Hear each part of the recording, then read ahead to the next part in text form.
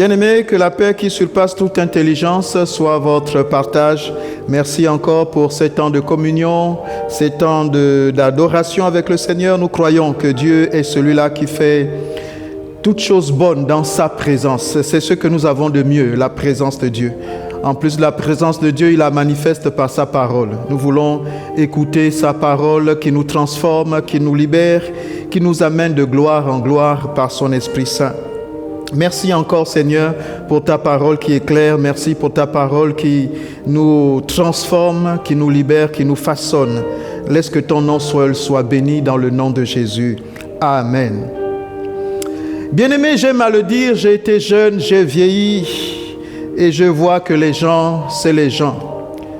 Rien de nouveau sous le soleil et apparemment plus nous passons du temps sous ce soleil et plus nous nous rendons compte que les gens, c'est les gens.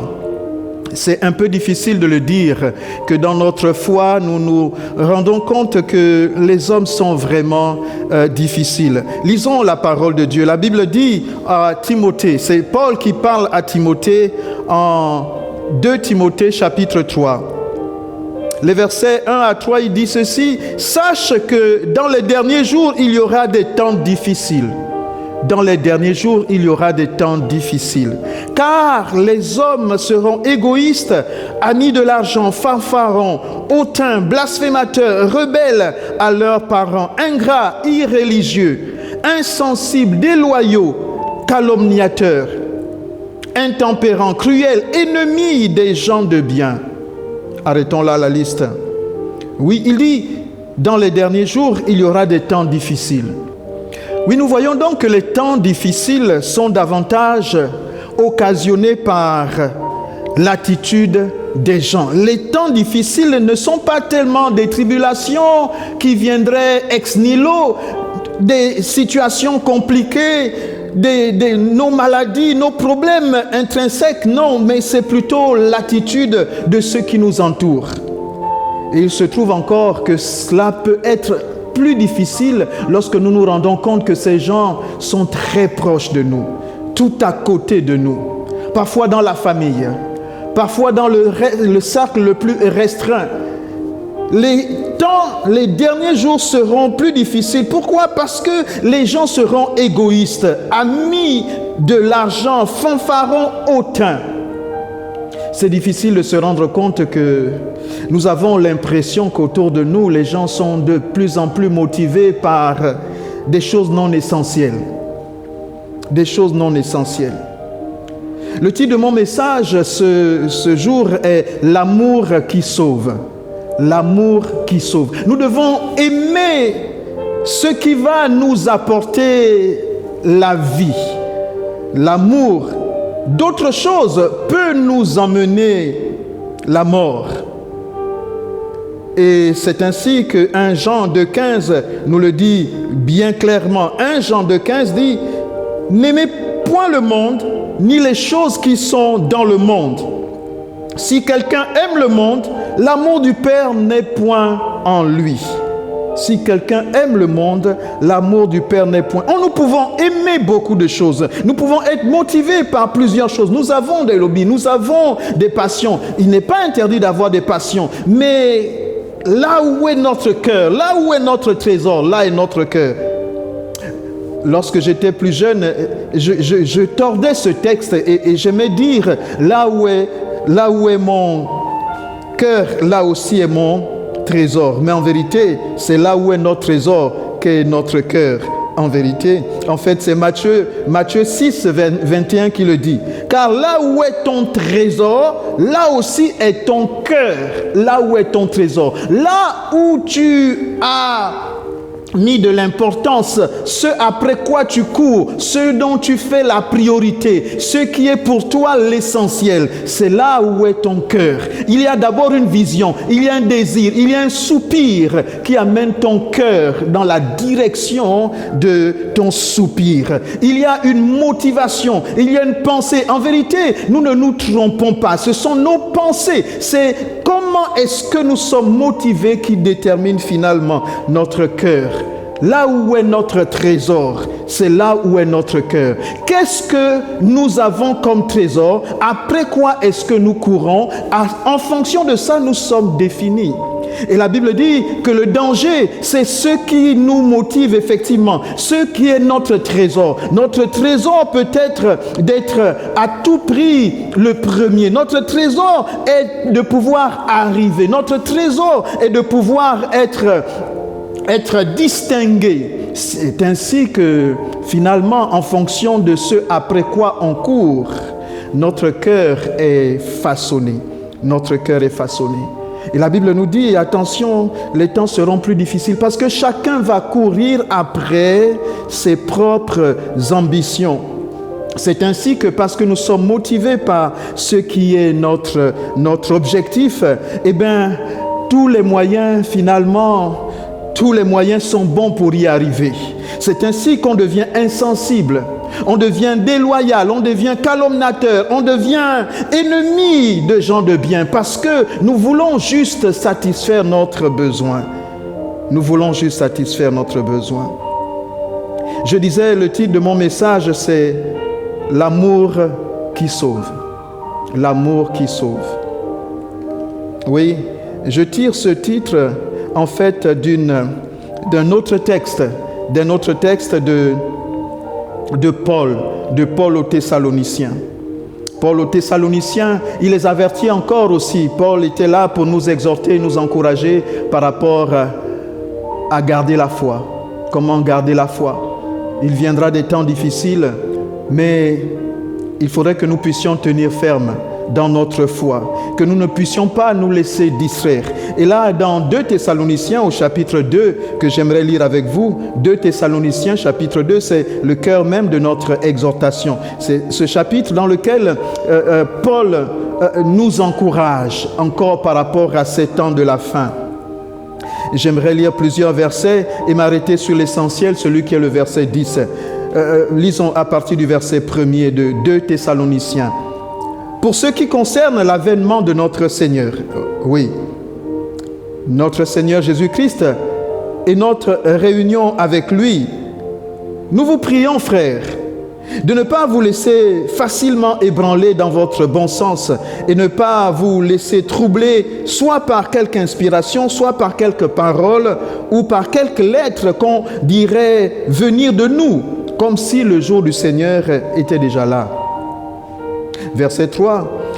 Que personne ne vous séduise d'aucune manière, car il faut que l'apostasie soit arrivée auparavant et qu'on ait vu paraître l'homme du péché, le fils de la perdition, l'adversaire qui s'élève au-dessus de tout ce qu'on appelle Dieu ou de ceux qu'on adore, jusqu'à s'asseoir dans le temple de Dieu, se proclamant lui-même Dieu. Verset 5. Ne vous souvenez-vous pas que je vous disais ces choses lorsque j'étais encore chez vous? Et maintenant, vous savez ce qui le retient, afin qu'il ne paraisse qu'en son temps. Car le mystère de l'iniquité agit déjà.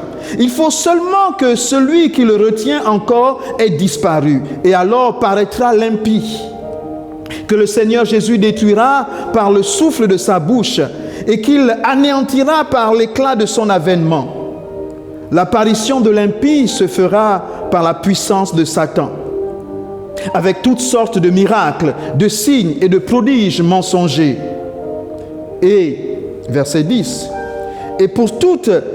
et avec toutes les séductions de l'iniquité pour ceux qui périssent parce qu'ils n'ont pas reçu l'amour de la vérité pour être sauvés. Je reprends ce verset. Et avec toutes les séductions de l'iniquité pour ceux qui périssent parce qu'ils n'ont pas reçu l'amour de la vérité pour être sauvés. Aussi, verset 11, Dieu leur envoie une puissance d'égarement pour qu'ils croient au mensonge, afin que tous ceux qui n'ont pas cru à la vérité mais qui ont pris plaisir à l'injustice soient condamnés. Pour nous, frères bien-aimés, pour nous, frères bien-aimés du Seigneur, nous devons à votre sujet rendre continuellement grâce à Dieu, parce que Dieu vous a choisi dès le commencement pour le salut, par la sanctification de l'Esprit et par la foi en la vérité. Arrêtons là la lecture. Ces paroles sont particulières. En fait, lorsque je relis ces quelques versets et que j'observe les choses autour de moi, je me dis, oui, finalement, nous avons un peu le résultat du cœur de l'homme. Nous avons le résultat de nos motivations, le résultat de notre trésor. En fait, lorsqu'on observe autour de nous, nous sommes de plus en plus, je disais, j'ai été jeune, j'ai vieilli, et je vois que l'homme sans Dieu n'est vraiment pas un homme. J'allais dire, l'homme sans Dieu n'est vraiment pas un homme. Parce que même les personnes que nous pouvons estimer dans leur apparence respectables, responsables, honorables, ces personnes, lorsque nous les voyons fonctionner, nous nous rendons compte qu'elles n'ont pas d'égard pour les autres. Elles manquent de vrai amour. En fait, leur amour est déplacé. Leur amour est pour leur ego. Leur amour est pour leur propre projet. Leur amour est pour leur propre ascension. Ils sont prêts à sacrifier père, mère, enfants, patrie pour juste leur ascension sociale, pour juste leur intérêt égocentrique. Nous ne pouvons pas comprendre que des personnes d'âge mûr, d'âge mature, de personnes responsables, de personnes instruites peuvent manquer d'égard, peuvent manquer de sagesse, peuvent manquer de bon sens. Et le Seigneur nous instruit en disant qu'il en est ainsi tout simplement parce que nos cœurs, nous n'avons pas l'amour bien placé. Notre amour est tourné vers ceux qui ne donnent pas la vie. C'est ainsi que le Seigneur, effectivement, va nous laisser enfoncer dans ce qui est notre propre motivation. En vérité, nous n'avons que ce que nous cherchons. La Bible dit, le Seigneur se laisse trouver par celui qui le cherche de tout son cœur. Il se laisse trouver par lui. En vérité, tous, nous pouvons trouver les voies du Seigneur. Lorsque je lis certains textes qui nous disent que le Seigneur endurcit nos cœurs, je suis pétrifié, je suis inquiet. À première lecture, je dis, mais finalement, Dieu nous a damnés, Dieu nous a abandonnés. Comment peut-il dire, noir sur blanc, finalement, qu'il nous laisse, il va endurcir nos cœurs? Et ainsi, nous sommes davantage dans la perdition. En fait, nous sommes abandonnés à l'état véritable de notre cœur. Mais avec une meilleure méditation, je comprends que c'est juste parce que nos cœurs sont tournés vers l'amour qui ne donne pas la vie. L'amour qui donne la vie, c'est l'amour de la vérité. Et c'est le titre de notre message, l'amour qui sauve. L'amour de la vérité, c'est l'amour qui sauve. Le verset 10 nous le dit, l'amour de la vérité. Et avec toutes les séductions de l'iniquité pour ceux qui périssent parce qu'ils n'ont pas reçu l'amour de la vérité pour être sauvés. L'amour de la vérité. Non pas l'amour de ni même l'amour de nos enfants, l'amour de nos conjoints, l'amour de nos affaires, l'amour de notre entreprise, l'amour de notre argent. Tous ces amours-là ne sont pas l'amour de la vérité. Il y a des gens qui se sont suicidés par déception amoureuse. Oui. Mais l'amour qui sauve ne nous amène pas au suicide. L'amour qui sauve, c'est l'amour de la vérité. L'amour de la vérité. Or, il nous est dit que dans les derniers temps, les gens ne seront plus amis de la vérité. Les gens voudront juste entendre ce qui leur plaît. En vérité, nous avons juste ce que nous semons. Nous avons ce que nous semons. En fait, le monde est ainsi lorsque nous regardons finalement. Pourquoi est-ce que certains gouvernants, nous posons la question, certains gouvernants sous d'autres cieux, certains gouvernants, lorsqu'on observe la planète tout entière, pour ne parler de personne, et Jésus, lui, de toute façon, dira, les chefs de ces nations les tyrannisent. Parce que même les motivations des hommes de nation, parfois, ne sont pas tournées vers l'intérêt général. L'amour n'est pas tourné vers l'intérêt général, n'est pas tourné vers la vérité. Ce n'est pas l'amour de la vérité qui nous conditionne, mais l'amour de notre ego, l'amour de notre chair, l'amour de notre plaisir personnel, l'amour de l'homme tout simplement, non pas l'amour de Dieu. La Bible nous dit que Jésus se présente comme étant le chemin, la vérité et la vie. Il est la vérité. L'amour de Christ Jésus, c'est l'amour de la vérité. L'amour de la vérité nous amène à nous remettre en question. L'amour de la vérité ne nous met pas dans notre intérêt primordialement. L'amour de la vérité, c'est d'accepter même d'être défavorisé. Parce que la vérité ne va pas toujours être en notre faveur. La vérité, c'est la vérité. La vérité, elle s'impose à nous et la vérité, elle est la vérité. Elle est inaltérable. Mais si nous avons l'amour de la vérité, alors nous faisons confiance au Seigneur. Celui qui a l'amour de la vérité, c'est le commencement du salut, l'amour de la vérité. Or, lorsque nous observons, même dans nos cercles restreints, des frères en Christ, nous avons l'impression que nous avons oublié ce qu'est l'amour de la vérité. Parfois, nous avons des considérations, parfois, nous avons des motivations, parfois, nous avons des calomnies les uns vis-à-vis des autres. Parfois, la vérité n'est pas en nous. Nous cachons la vérité et nous voulons juste paraître. L'amour de la vérité, c'est celui-là qui sauve. L'amour de la vérité. L'amour de la vérité. Lorsque nous sommes dans la vérité, il y a quelque chose. Il y a quelque chose qui nous conduit, une autre motivation. Une autre motivation. Je pense tout d'un coup à un personnage. Il s'agit du roi David.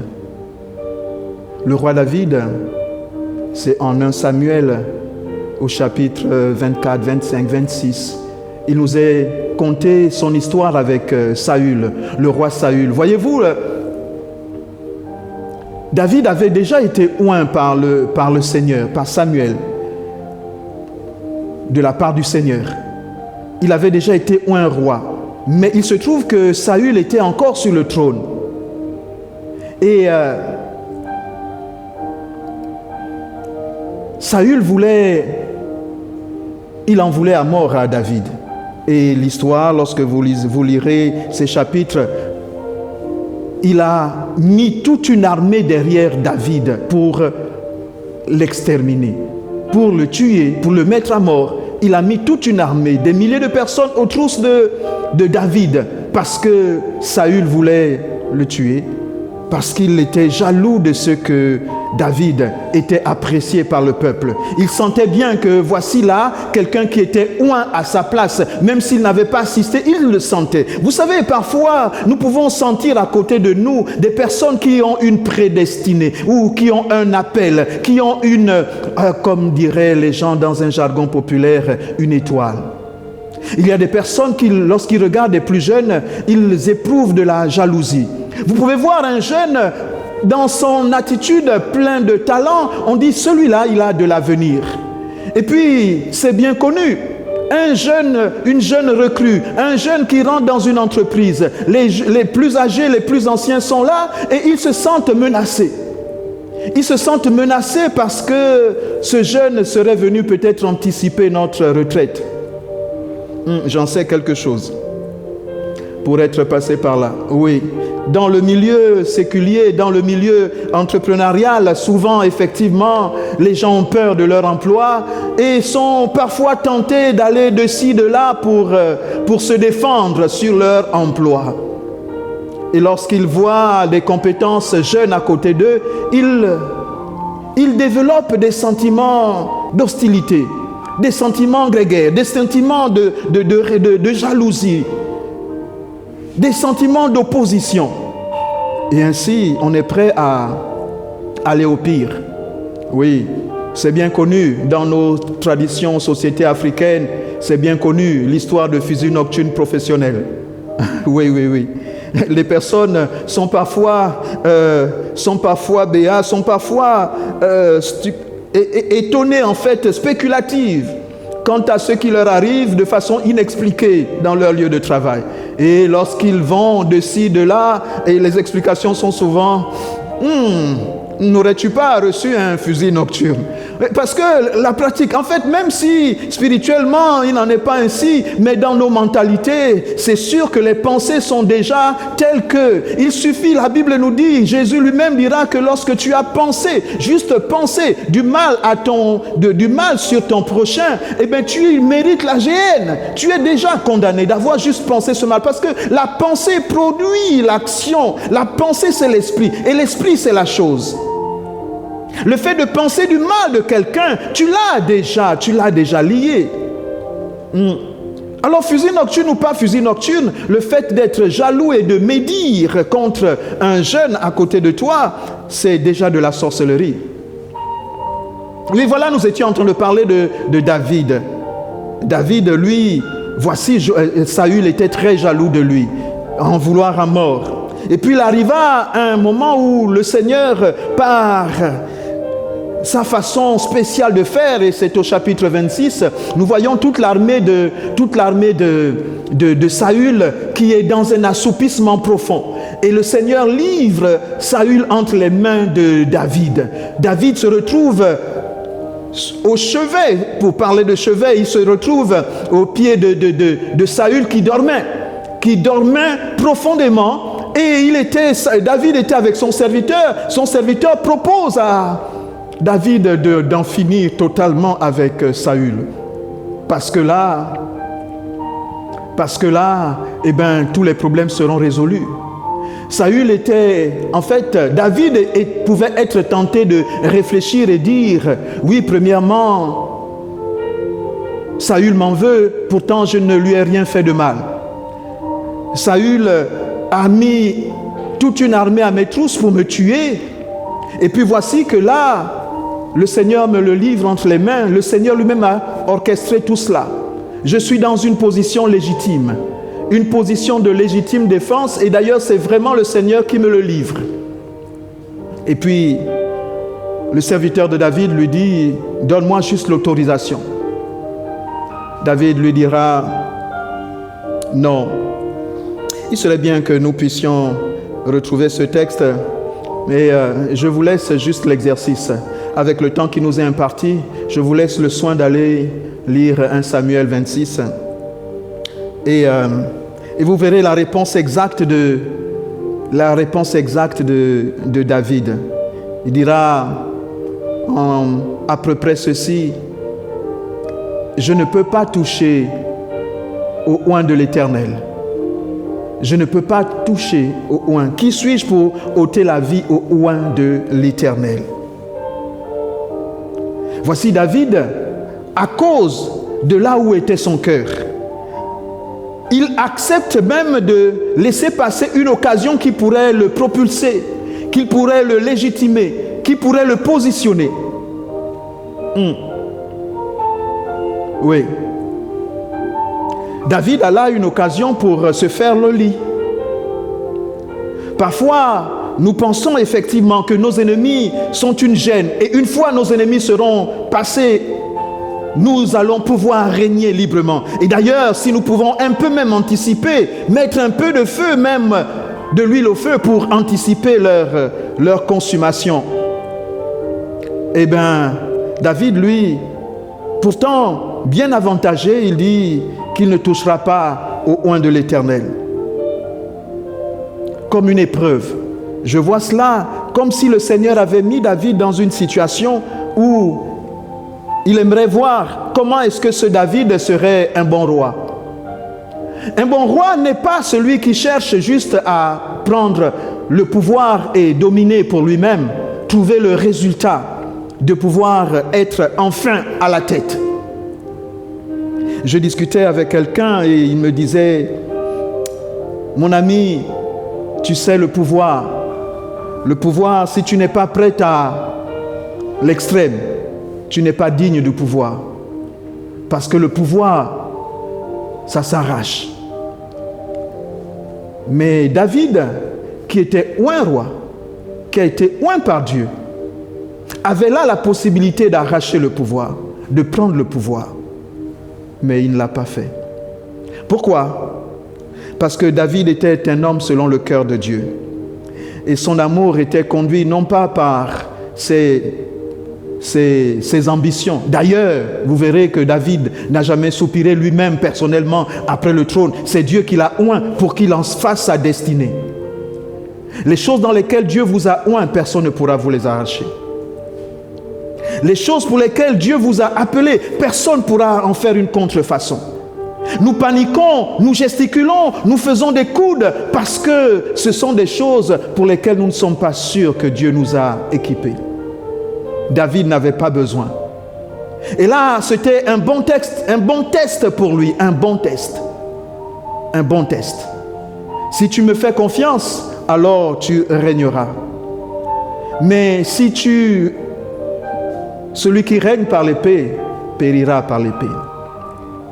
Et lorsque notre pouvoir est établi sur notre force, sur notre raison, sur nos calculs, sur notre tripatouillage, il est exposé à la vindicte populaire, mais aussi à la justice de Dieu. Parce que Dieu est juste. L'amour qui sauve, c'est l'amour de la vérité. Oui. C'est-à-dire que dans ce que nous recherchons, ce n'est pas tellement à gagner, mais que la vérité prédomine, que la vérité soit manifestée, que le Christ Jésus lui-même soit révélé. Oui, nos problèmes en vérité, ce sont nos cœurs. Nos problèmes, c'est notre ego. Nos problèmes, ce sont nos ambitions démesurées. C'est pourquoi nous marchons si facilement sur les pieds. C'est pourquoi nous pouvons voir des chefs de nation qui les tyrannisent. Ils n'ont pas l'amour de la vérité. Et c'est ainsi que Dieu nous laisse. Il dit, le texte que nous avons lu en 2 Thessaloniciens chapitre 2, j'ai été le plus simple possible, mais reprenons juste ces quelques versets pour ne pas être beaucoup plus long. À partir du verset 7, « Car le mystère de l'iniquité agit déjà. Il faut seulement que celui qui le retient encore ait disparu. Et alors, paraîtra l'impie que le Seigneur Jésus détruira par le souffle de sa bouche et qu'il anéantira par l'éclat de son avènement. L'apparition de cet impie se fera par la puissance de Satan avec toutes sortes de miracles, de signes et de prodiges mensongers et avec toutes les séductions de l'iniquité pour ceux qui périssent parce qu'ils n'ont pas reçu l'amour de la vérité pour être sauvés. » Alors voyez-vous, les temps dans lesquels nous sommes sont décrits ici. Des temps de tribulation où l'iniquité va grandissante. Mais le Seigneur retient simplement l'impie encore un temps. Mais il va être lâché de telle sorte que nous tous serons livrés à notre iniquité. Ce qui va se passer, c'est que quand l'impie sera livré, mais nous le voyons déjà. Le texte dit, nous le voyons déjà, car le mystère de l'iniquité agit déjà. Les injustices agissent déjà. L'opprobre agit déjà. L'abomination agit déjà. Le malheur est déjà tapi à notre porte. Mais c'est parce que le Seigneur n'a pas encore livré en spectacle le monde tout entier. Mais viendra un moment où il va livrer le monde et Satan prendra le règne tout entier. Et les gens qui sont adonnés à leur ego, adonnés là où est leur trésor, ils vont se laisser séduire par tout ce que Satan va faire, tout ce que Satan va promettre. Et c'est déjà le cas. Les gens sont séduits par ce que Satan peut proposer, promettre. Et parfois même dans les milieux les plus estimés, nous pouvons trouver des gens qui sont à la recherche d'une ascension, d'une notoriété. Et nous voyons parfois même des personnes responsables rechercher le pouvoir d'une certaine façon. Des hommes de Dieu parfois se trouvent dans des formes de magie, de manipulation, juste parce qu'ils ont une recherche de pouvoir, d'ego, que Satan finit par donner. Et dans ce temps-là, la Bible dit, mais nous sommes juste livrés à l'état de notre cœur. Oui, lorsque nous voyons des hommes qui se tournent vers l'innommable, des hommes qui se tournent vers l'abomination, c'est juste l'état de leur cœur depuis le commencement. Nous n'avons à blâmer personne. Nous n'avons à nous poser de questions sur rien. Nous avons juste à comprendre que la Bible est claire. C'est l'état de notre cœur. Si nous avons de l'amour pour la vérité, alors nous serons sauvés. Ce que nous devons rechercher, c'est l'amour pour la vérité. En fait, si j'avais une supplication à formuler, c'est de te dire, bien-aimé, plus que toute autre chose, recherche l'amour de la vérité. Que ton cœur soit tourné. La Bible dit, là où est ton trésor, là est ton cœur. Que ton cœur soit tourné vers le vrai trésor, la vérité. La vérité. La vérité, c'est que Christ Jésus, un jour, s'est donné afin que nous ayons la vie. C'est pourquoi je disais tantôt que celui qui le cherche de tout son cœur, Dieu le dit lui-même, il se laisse trouver. Si nous le cherchons de tout notre cœur et qu'il se laisse trouver, c'est que si nous ne le trouvons pas, c'est que nous ne voulons pas le trouver. C'est que notre cœur n'est pas disposé à le trouver. Parce qu'il ne se cache de personne. Quand la Bible nous dit qu'il a enfoui, en fait, qu'est-ce qui se passe avec Pharaon? Lorsque Dieu dit, il a endurci le cœur de Pharaon. Pharaon ne fait que ce qui est le tréfonds de son cœur. Dieu le livre à l'état de son cœur. C'est pourquoi la Bible dit, il a endurci le cœur de Pharaon pour que juste ce que son cœur a, Seigneur, puisses-tu me permettre de me délivrer de l'état de mon cœur. Puisses-tu me permettre de ne pas m'enfoncer dans l'état de mon cœur.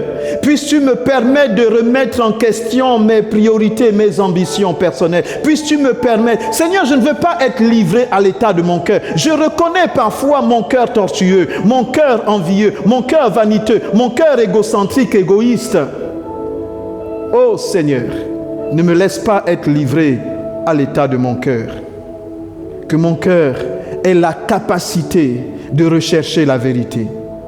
Quand nous n'avons plus la capacité de rechercher la vérité, c'est ce que nous constatons autour de nous et nous posons la question, mais comment est-ce possible? Un père peut-il sacrifier ses enfants? Comment est-ce possible? Une mère peut-elle abandonner ses enfants? Comment est-ce possible? Un gouvernant peut-il sacrifier toute une génération? Comment est-ce possible? L'état de nos cœurs disent tout. Oui, ce sont nos cœurs. Ce sont nos cœurs insensibles auxquels nous avons été abandonnés. Dieu nous a abandonnés à l'état de nos cœurs. Notre intercession est que le Seigneur nous donne un cœur nouveau. Un intercesseur doit se lever pour ce Gabon et demander un cœur nouveau. Un intercesseur doit se lever pour ce pays et demander des cœurs nouveaux. Un intercesseur doit se lever pour une famille et demander des cœurs nouveaux. Parce que le Seigneur nous livre à nos cœurs. Le Seigneur nous livre à nos cœurs. Le Seigneur nous livre à nos cœurs. Seigneur, ta faveur, ta grâce. Ta faveur, ta grâce. Nous voulons apprendre à t'aimer, toi, Seigneur. Et comme David, ne pas rechercher notre gain, notre propre domination, mais te faire confiance. Parce que quand tu nous as appelés, tu nous as établis. Il y a de la bénédiction pour tout le monde. Il y a de la grâce pour tout le monde. Tu fais pleuvoir aussi bien sur les justes que les méchants. Mais pourquoi est-ce que nous nous déchirons autant? Seigneur, garde nos cœurs. Garde le cœur du pays. Garde le cœur d'un gouvernant. Garde le cœur d'une mère. Garde le cœur d'un père. Garde le cœur d'une grande sœur, d'un grand frère.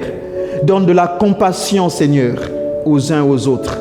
Donne-nous de ne point aimer les choses du monde et sa convoitise qui passe, mais de rechercher l'amour du Père en toi, en qui il n'y a ni changement, ni ombre de variation.